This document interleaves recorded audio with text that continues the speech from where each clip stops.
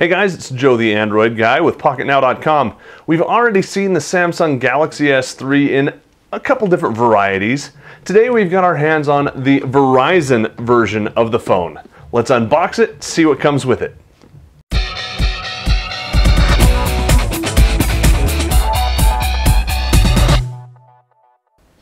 Alright, the first thing we've got is a very nice clean face on it. Simple black on white. Rotating around to the side, we've got some Verizon 4G LTE branding. Over on the bottom, we've got some barcodes and whatnot. Sides are empty, and the back has some very basic, just specification information, really. DivX HD, always love to see that.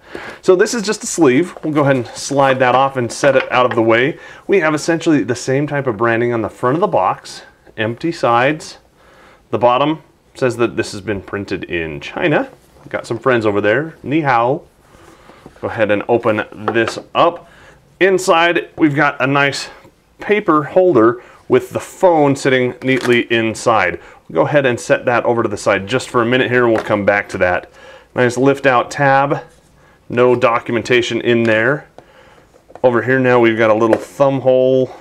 Let's see if we can pull this side up. And we've got our manuals. Nice and individually wrapped. We've got some headphones with volume control, mute, it looks like, extra squishies and then squishies on the end. Really kind of nice white headset. Now white is usually synonymous with Apple, so people are going to think you've got an Apple product when you've got these headphones in. But the phone itself is white, so it matches. We'll go ahead and give that to them. Over here we've got our wall wart, which is really nice and low profile. Comes out the side, so you're not going to be blocking up other wall outlets with this. We've also got a micro USB cable. See if I can find the ends for you. One thing I like about Samsung's USB cables is they've got this little flange. It makes it easier to pull out.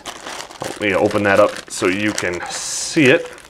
You've already seen this, I'm sure, but it's worth illustrating just for the three of you who haven't.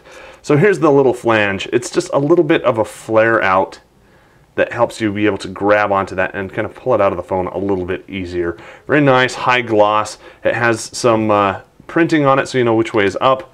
On the other side, very nice low profile again. Branding, nice USB logo there. Relatively long cable, and it's relatively flexible. So really nice.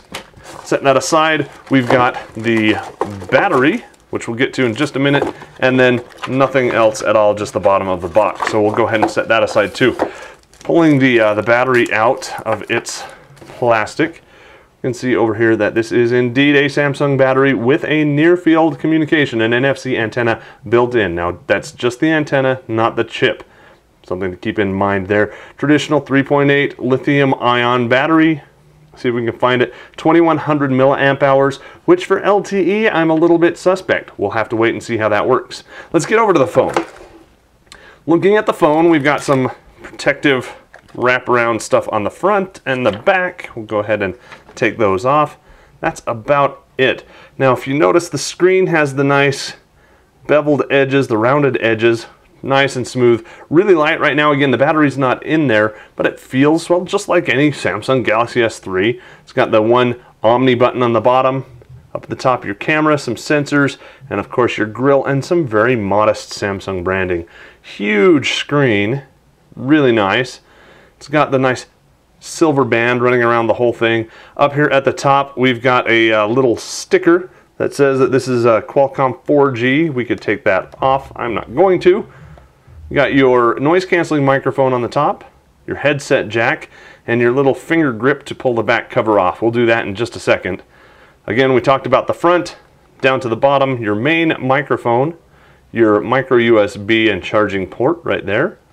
Over on the side, we've got the power button, just very nice, clean, one button right there. The other side, we've got, again, very clean, a rocker for volume up and down that feels like it works really well. It's very distinct, but it doesn't stick out away from the phone too much. Turning to the back, we've got, of course, our rear-facing camera with flash, and our rear speaker up here at the top. We've got some Verizon 4G LTE branding right there in the middle, and of course the Samsung Galaxy S3 branding at the bottom. Let's crack this guy open. And just like most Samsungs, it's a peel off. The top is kind of tight. It's got a couple contact points down the sides, and then the bottom just toggles or pivots right up. Move that off to the side. Now what we've got over here, a couple things. First of all, we've got this micro SD slot, so it is empty. Doesn't come with one in the box, but you can supply your own micro SD card for future expansion. Next is a SIM card, and as far as I can tell, this is a standard size SIM, not a micro SIM. I'll pull out my AT&T micro SIM right here, and you can see, well, it just might be. Looks like it is a micro SIM. I stand corrected. Now, of course, that's not going to work because, of course, I need a Verizon LTE SIM, but it is, in fact, the micro SIM that you're going to need. So, you've also got some rear contacts right here, and then your battery goes in right there as well. Go ahead and button this back up. Get the bottom seated in first, walk your fingers up the side, and then press in the top. And just do a press around to make sure everything is nice and tight, and there you go. Press and hold the power button to first boot, and within moments you'll be setting up your brand new Samsung Galaxy S3. We'll get to that in an upcoming video.